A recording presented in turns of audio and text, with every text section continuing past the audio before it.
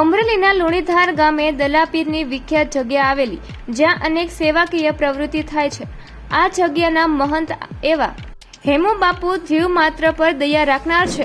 તેમનો મંત્ર છે, ખાયાસો ખોયા, ખીલાયાસો પાયા। વધુ માહિતી બાપુ પાસેથી જાણી। દર્શક મિત્રો, આપ જોઈ રહ્યા છો લોક સામના ન્યૂઝ। અત્યારે અમે આવ્યા છીએ દલાપીર આશ્રમ લુણીધાર। અત્યારે આપણે જાણીએ કે બાપુનું મંતવ્ય લઈ શું કહી રહ્યા છીએ। બાપુ, આજે જે દલાપીર આશ્રમ છે, આશ્રમમાં આવ્યા છીએ અમે, અને દલાપીર આશ્રમ છે તો શું પ્રવૃત્તિ ચાલે છે, શું સેવાકીય કામ આવે છે? આ દલાપીર આશ્રમ અમરેલી જિલ્લાના લુણીધાર ગામની અંદર આવેલો છે।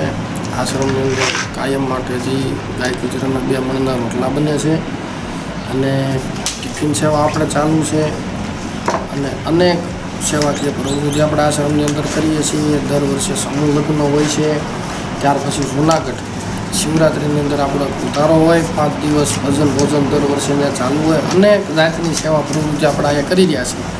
અને દર શુક્રવારે અમારા આજુબાજુના ગામના જે વાડી વિસ્તારની અંદર જે મજૂરના બાળકો હોય, કે ખરેખર જે ગામમાં ન આવી શકતા હોય, કે જેને ભાગ ન મળતો, એવા બાળકોને બિસ્કીટનું વિતરણ દર શુક્રવારે કરવામાં આવે છે। તો આવી બધી સેવાકીય પ્રવૃત્તિ થાય છે। બાપુ, આગળ શું કાર્યક્રમ છે? બસ આગળ તો હવે જે દાદા કરાવે એ જ રીતે આપણે આ સારા કાર્ય બધા કરવાના છે। અને અમારી ઈચ્છા એવી છે કે ભાઈ કાયમ હરિહર હાલે છે, પણ કાયમ આ કોઈ 500, 1000, 2000 માણસ જમે એવી દાદા કૃપા કરે અને આપણે સેવા કરીને। અમારો એક મેન મંત્ર છે કે ખાયાસો ખોયા ને ખીલાયાસો।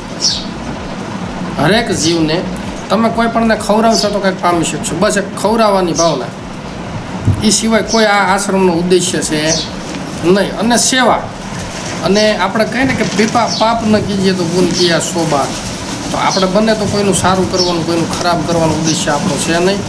કોઈ માણસને અંધશ્રદ્ધામાં ધકેલવાનું, કે કોઈ માણસની લાગણી હારે છેડછાડ કરવાનું, કોઈ પણ કાર્ય કોઈ કરતું હોય તેને આપણે ઉજાગર કરીએ અને એનાથી માણસોને ચેતવીએ। કારણ કે આ સમયની અંદર એટલા આડંબર રચી અને માણસો ખોટું કાર્ય કરી રહ્યા છે કે માણસ ધર્મના નામે ભોળવાય અને અહીંયા દોરે જતા હોય। તો આપણો ઉદ્દેશ્ય એવો છે કે હરેક માણસ આની અંદર જાગૃતિ આવે અને ધર્મ માટેથી માણસ જાગે। શેની માટે? ધર્મ માટે, કે તમે જેને નામનો વિશ્વાસ છે એને માનો, કોઈ માણસને નહીં। આવી બધી ઉદ્દેશ્ય છે।